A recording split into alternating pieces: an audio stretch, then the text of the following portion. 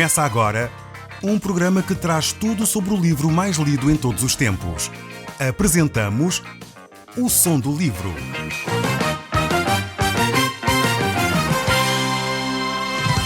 Seja muito bem-vindo. Neste podcast vai encontrar o livro mais conhecido e lido em todo o mundo. Vamos levá-lo numa viagem pela história da humanidade. Este é um audiolivro para si, para a sua família e sociedade em geral. Contextualização e comentários de Paulo Chaveiro. Olá, caro amigo, estamos de novo no programa O Som do Livro. E eu creio sinceramente que esta próxima meia hora poderá mudar radicalmente a sua vida, pois Deus quer falar consigo, mesmo depois de desligar o seu rádio. Eu sou Paulo Chaveiro e nós hoje estamos de volta à nossa Bíblia. Estamos a olhar para o capítulo 6 do livro de Miqueias. Nós temos aqui neste capítulo um diálogo extremamente interessante.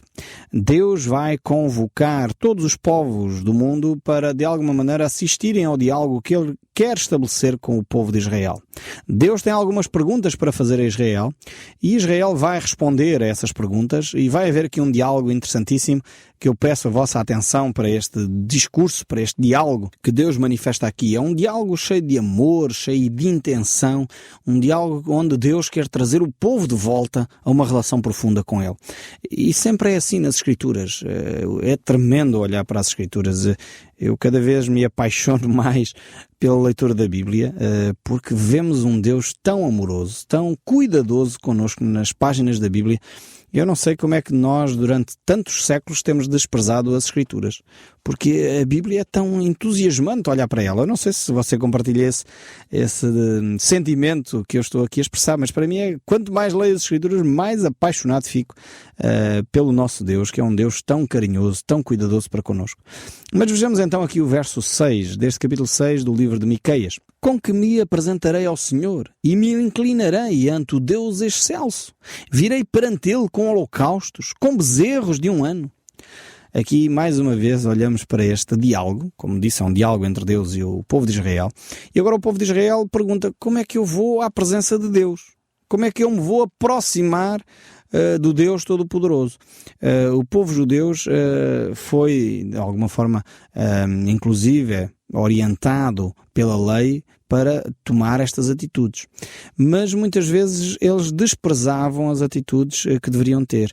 E eles começam com o diálogo num certo sentido corretamente. Falam dos holocaustos, falam do bezerro de um ano, mas eles não tinham percebido que o problema está no coração do homem. O problema não é os holocaustos, o problema não é as cerimónias.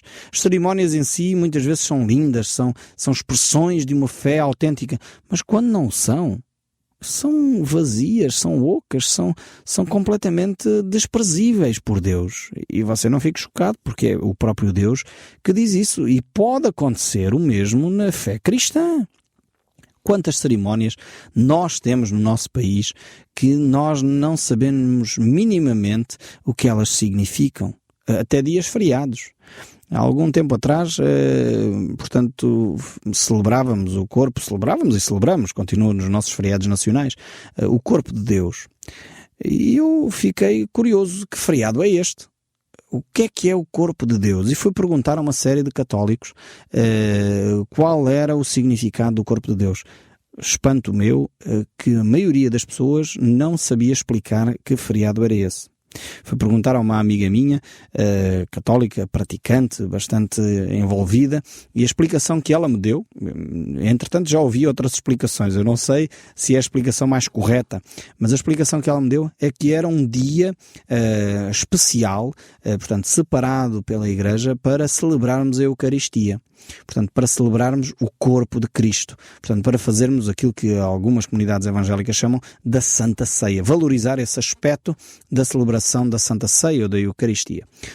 Achei razoável a explicação que ela me deu, mas o que me espantou foi que a maioria das pessoas não sabia o que é que significava este feriado. E é isto que é dramático na nossa cultura cristã portuguesa.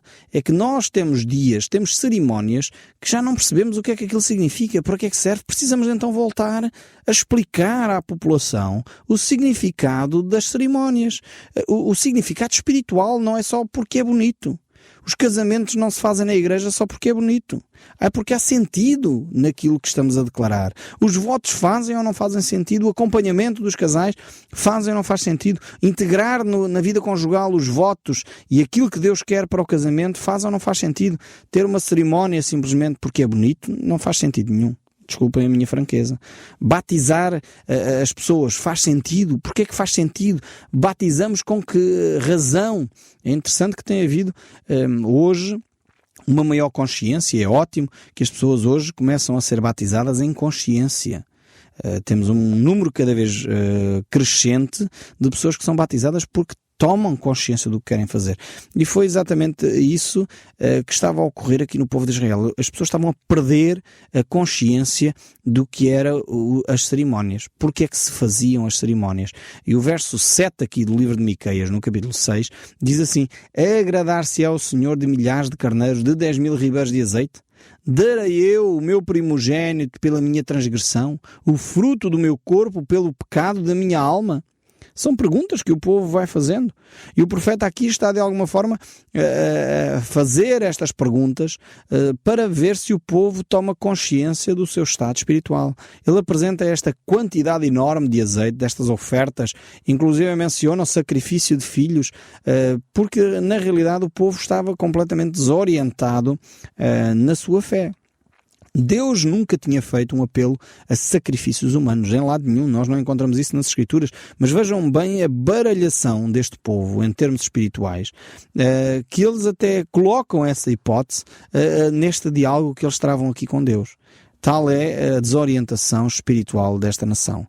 E eles não perceberam que o que Deus quer é um coração arrependido. O que Deus quer é verdadeiramente uma pessoa que se aproxima de Deus percebendo o seu pecado, arrependendo-se do seu pecado.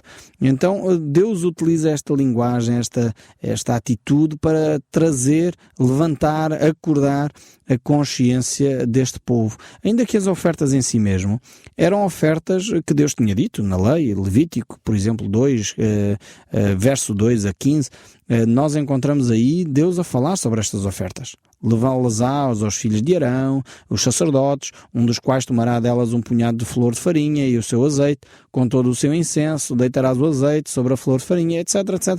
Nós encontramos várias vezes referência a estas ofertas. Portanto, Deus não condena as ofertas, atenção, a Bíblia em lado nenhum diz que é errado a pessoa dar ofertas a Deus ou dar os dízimos a Deus, em lado nenhum. O problema está quando os sacerdotes, quando os líderes religiosos se tornam mercenários ou vão coagindo o povo para que eles tragam mais ofertas e mais ofertas, sem que o povo tenha a verdadeira percepção do que é que são as ofertas efetivamente. Ou, mais grave ainda, quando o povo integra na sua vida espiritual rituais pagãos, que era o caso aqui. Então, o povo de Israel está a perguntar a Deus uma coisa que era completamente descabida na cabeça de Deus, se podemos usar assim esta imagem, desculpa-me o meu linguajar popular, mas vejam o que diz o texto bíblico em 2 Reis, capítulo 3, verso 26. Vendo o rei de Moabe que a peleja prevalecia contra eles, tomou consigo 600 homens que arrancavam espada para romper contra o rei de Edom, porém não puderam. Então, vejam a atitude deste rei de Moabe. Então tomou o seu filho primogênito, que havia de reinar em seu lugar, e ofereceu em holocausto sobre um muro. Este era o rei de Moabe. E foi com este rei que Balaão sugeriu que o povo de Israel se casasse.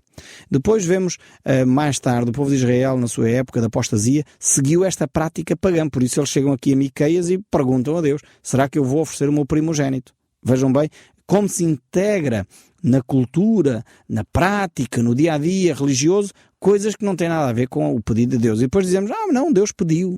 Não pediu nada disso. Não agimos dessa forma porque, de facto, Deus não diz. Por isso é que temos que voltar à Bíblia. No livro de Jeremias, capítulo 19, verso 5, diz: e edificaram um altar a Baal para queimarem os seus filhos no fogo, em holocausto a Baal, o qual nunca lhes ordenei, nem falei, nem passou pela minha mente, diz aqui o texto de Jeremias. E ainda em Jeremias 32, 35 diz: edificaram de novo altos a Baal, que estão no vale dos filhos de Enom, para queimarem no fogo os seus filhos e as suas filhas a Maloque, o que nunca lhes ordenei, nem passou pela minha mente, fizeram tal abominação para fazerem pecar a Judá.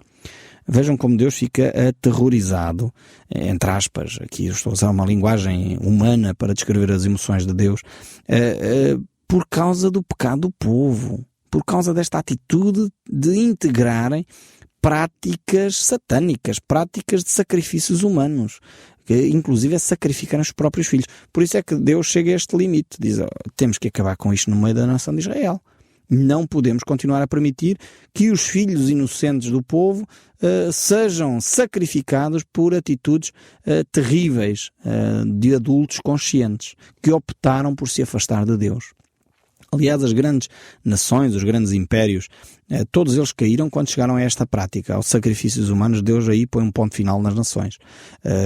Podemos olhar, eu tenho feito de vez em quando, tenho a mania que sou antropólogo, eu tenho feito assim às vezes uma análise dos grandes impérios, e nós olhamos para o Império Grego, o Império Babilónico, o Império Romano. Se olharmos lá para a América Latina, os Maias, os Incas, todos estes grandes povos, todos estes grandes impérios chegaram ao fim do seu império quando começaram a desenvolver grande parte de imoralidade, depois idolatria e sacrifícios humanos.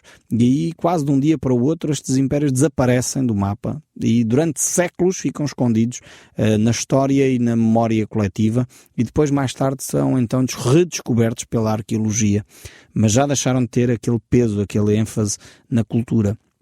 E eu creio que está a acontecer o mesmo com a nossa chamada sociedade ocidental. A imoralidade está cada vez a crescer mais, a idolatria a mesma coisa. Às vezes a idolatria não é só dobrar o joelho diante de imagens, também o fazemos infelizmente, mas muitas vezes a idolatria é dobrar o nosso joelho diante do dinheiro, o Deus Mamon, que diz Jesus lá no Evangelho, o Deus dinheiro, o Deus bem-estar, o Deus materialismo, no sentido que queremos cada vez ter mais e endividamos-nos e já nem temos tempo para respirar só para pagar as dívidas que nós temos com os bancos, e nós dobramos os nossos joelhos e dobramos todo o nosso corpo diante deste Deus. Nós precisamos de recuperar a qualidade de vida, e qualidade de vida é valorizar as relações, é ter tempo para aquelas pessoas que nós mais amamos, é ter condições para respirar fundo, é ter condições de viver uma vida tranquila, mas para isso nós temos que fazer opções. E Deus aqui fala claramente a este povo, mostrando que não está o seu prazer nos sacrifícios humanos. E Deus vai dizer aqui no verso 8 algo lindíssimo. Diz aqui: Ele te declarou ao homem o que é bom. Agora tome muita atenção, porque isto, quando Deus fala assim, com este verso 8, nós temos que dar atenção. Deus agora vai declarar o que Deus quer que cada um de nós pratique. Ele te declarou ao homem o que é bom. O que é que o Senhor pede de ti? É uma pergunta tremenda que Deus vai responder. Deus, o que é que pedes de nós? E Deus diz: o que é que Deus pede de ti, senão que pratiques a justiça, ames a verdade e andes humildemente com o teu Deus? É isto que Deus pede de nós. Quer no Velho Testamento, quer no Novo Testamento, Ele continua a fazer o mesmo pedido para cada um de nós. Que nós pratiquemos a justiça, amemos a verdade e andemos humildemente com o nosso Deus. Este é o grande desejo do coração de Deus. Deus lembra ao seu povo, no fundo, aquilo que Ele já tinha dito no passado, e nós podemos ler em Deuteronômio capítulo 10, verso 12. Agora, pois, ó Israel, o que o Senhor requer de ti não é que temas ao Senhor teu Deus, andes em todos os seus caminhos e ames e o sirvas ao Senhor teu Deus de todo o teu coração e de toda a tua alma. E depois reforça esta ideia em Deuteronômio 30, verso 11, e diz: porque este mandamento que hoje te ordeno não é demasiado difícil, nem está longe de mim, não está nos céus, para dizeres: quem subirá por nós aos céus e no-lo há de trazer e no-lo faça ouvir, para que o cumpramos.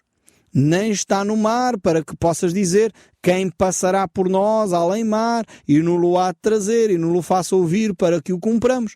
Pois esta palavra está muito perto de ti, na tua boca e no teu coração, para a cumprires. Deus gravou a sua vontade no nosso coração. É por isso que a nossa consciência em muitas alturas nos acusa. E este é um fenómeno que os psiquiatras não percebem, que os psicólogos não conseguem entender, porque tem a ver com a alma humana. Eles tentam descrever lá, enfim, os seus pressupostos, os seus postulados. A filosofia tenta descrever, mas isto tem a ver com a vida espiritual. Deus gravou no nosso coração. E não é coração no sentido físico, que bombeia o sangue para o resto do corpo. O coração é a nossa alma. É aquilo que muitas vezes nos incomoda. É por isso que muitas atrocidades cometidas até em guerra, depois, anos mais tarde, desenvolvem-se em stress pós-traumático. Os psicólogos hoje têm estudado esse stress pós-traumático.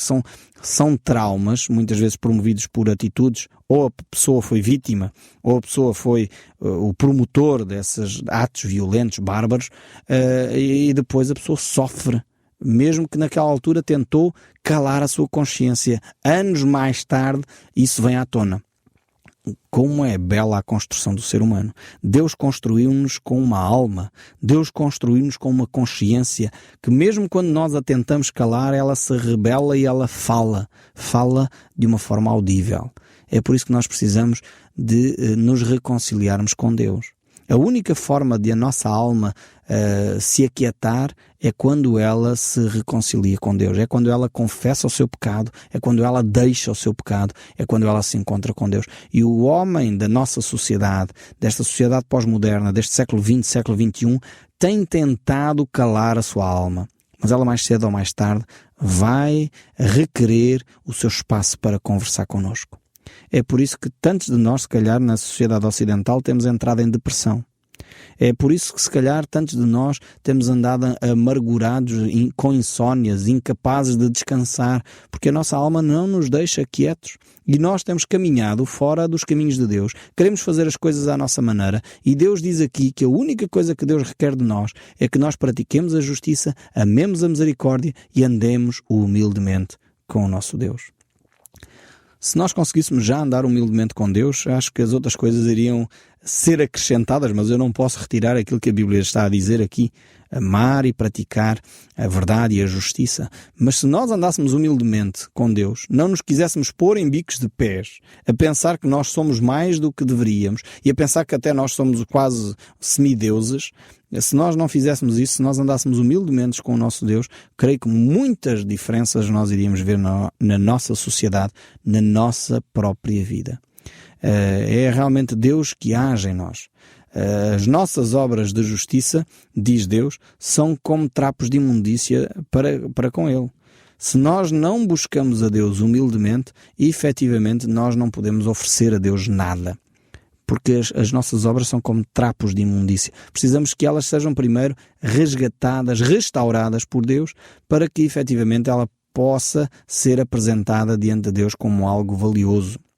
Aliás, como Israel não percebeu isto, Isaías escreveu frases bastante fortes. Eu gostaria de lê-las para vocês, mas eu sei que são frases fortes. Vejam bem o que é que Deus diz acerca da atitude que o povo tinha quando trazia sacrifícios. Diz assim: de que servem para mim a multidão dos vossos sacrifícios, diz o Senhor. E aqui nós poderíamos transportar para o nosso tempo e dizer: para que é que serve a multidão das cerimónias que nós fazemos nas nossas igrejas? Para que é que serve isso? E Deus diz: estou farto dos holocaustos de camelos, da gordura dos animais cevados, e não me agrado do sangue dos novilhos, nem dos cordeiros, nem dos bodes, não continuarei a fazer ofertas vãs. O incenso é para mim abominação, e também as luas novas e os sábados e as convocações da congregação. Não posso suportar iniquidade associada ao ajuntamento solene. E se calhar as nossas igrejas muitas vezes associam, não tratam do pecado. Precisamos tratar. E Deus diz: não posso suportar a associação do pecado ao ajuntamento solene, às cerimónias religiosas cheias de promessas, muitas delas que são feitas para que o pecado possa abundar. E todos nós conhecemos, infelizmente, a associação que muitas vezes a máfia tem até com a religião. E isto não deveria de acontecer. Deus não suporta isto. As vossas luas novas e a vossa solenidade a minha alma aborrece. Já me são pesadas. Estou cansado de as sofrer.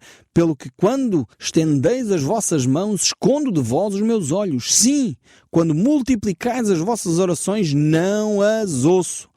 porque as vossas mãos estão cheias de sangue. Lavai-vos, purificai-vos, tirai a maldade dos vossos atos diante dos meus olhos. Cessei de fazer o mal, aprendei a fazer o bem, atendai à justiça, repreendei o opressor, defendei o direito do órfão, pleiteai a causa da viúva. No fundo, Deus quer que haja justiça social, Deus quer que sejamos solidários com o próximo, Deus quer que nós não finjamos que não estamos a ver as injustiças. Deus quer que nós sejamos pessoas que intervêm na sociedade, pessoas que têm e conhecem os seus direitos, conhecem o seu dever cívico e são pessoas que se importam com o próximo, com o mais carenciado, com o mais necessitado. Não podemos fechar os nossos olhos às injustiças sociais, às situações que são de corrupção. Não podemos, porque Deus fechará os seus ouvidos, deixará de atender às nossas orações. Temos de ser pessoas que percebem que a vida espiritual está intimamente ligada com as nossas relações sociais, com as nossas relações com os nossos vizinhos, com as nossas relações interpessoais. E aqui Miqueias, voltando ao capítulo 6, verso 9, diz: a voz do Senhor clama à cidade e é verdadeira sabedoria temer-lhe o nome. Ouvi, ó tribos, aquilo que a cita. Temos aqui Miqueias a falar, e o verso 10 ainda na casa do ímpio os tesouros de impiedade e o detestável é faminguado. Aqui temos umas expressões usadas pela nação de Israel, mas no fundo aqui fala de corrupção. Estes dois versos que nós acabamos de ler está a falar dos tesouros que são amealhados com base na impiedade, com base na injustiça, com base na corrupção, que Deus condena claramente. E aqui a faminguada tem a ver com os negócios feitos com prejuízo para o cliente. Aqui atenção, senhores empresários, aqui atenção, senhores comerciantes. E aqui não é só aqueles que têm que pesar os alimentos ou coisa do género. Não, aqui tem a ver com a honestidade nos negócios empresariais. Ou seja, eu tenho que dar ao cliente aquilo que é devido, aquilo que ele efetivamente pagou. Eu creio que os bons negócios são aqueles onde o cliente ganha e aquele que está a vender ganha. Esses são os melhores negócios, onde toda a gente ganha. Aquele que compra efetivamente pelo melhor preço, e aquele que vende ganha o seu lucro devido. Então, aqui Deus está a dizer isso. Ele está cansado de ver pessoas enriquecer com meios corruptos. Poderia eu inocentar, diz no outro texto, poderia eu inocentar a balança falsa e a bolsa de pesos enganosos? É esta a ideia de não podemos estar a vender gato por lebre. Não podemos estar a fazer negócios onde eu vou ganhar muito se eu enganar aquela pessoa. Isto são negócios de gente miúpe. Ou seja, porque eu vou enganar um, vou enganar dois, mas não vou enganar três, nem vou enganar quatro. Nós não conseguimos enganar todos em todo o tempo. Em alguma altura vou ser apanhado e o meu negócio vai abrir falência. Precisamos de ser honestos e transparentes na nossa vida empresarial, nos nossos negócios, com os nossos vizinhos, para que de facto possamos ver a bênção de Deus vir sobre cada um de nós. Como nação, possamos ver a nossa nação a prosperar efetivamente, gerando riqueza, mas riqueza saudável, onde nós podemos efetivamente perceber que podemos ajudar o próximo a caminhar e a se tornar mais digno, com melhor qualidade de vida, porque é isso que Deus quer para cada um de nós. Mas para isso temos que perceber que temos que andar humildemente com o nosso Deus, praticar a justiça e amar a verdade. E eu espero sinceramente que cada um de nós integre estes valores no nosso dia-a-dia, porque eles vão transformar a nossa sociedade a médio e a longo prazo. Que Deus o abençoe ricamente e deixe-se tocar pelo som deste livro. Até ao próximo programa, se Deus quiser. O Som do Livro, uma produção da Rádio Transmundial de Portugal.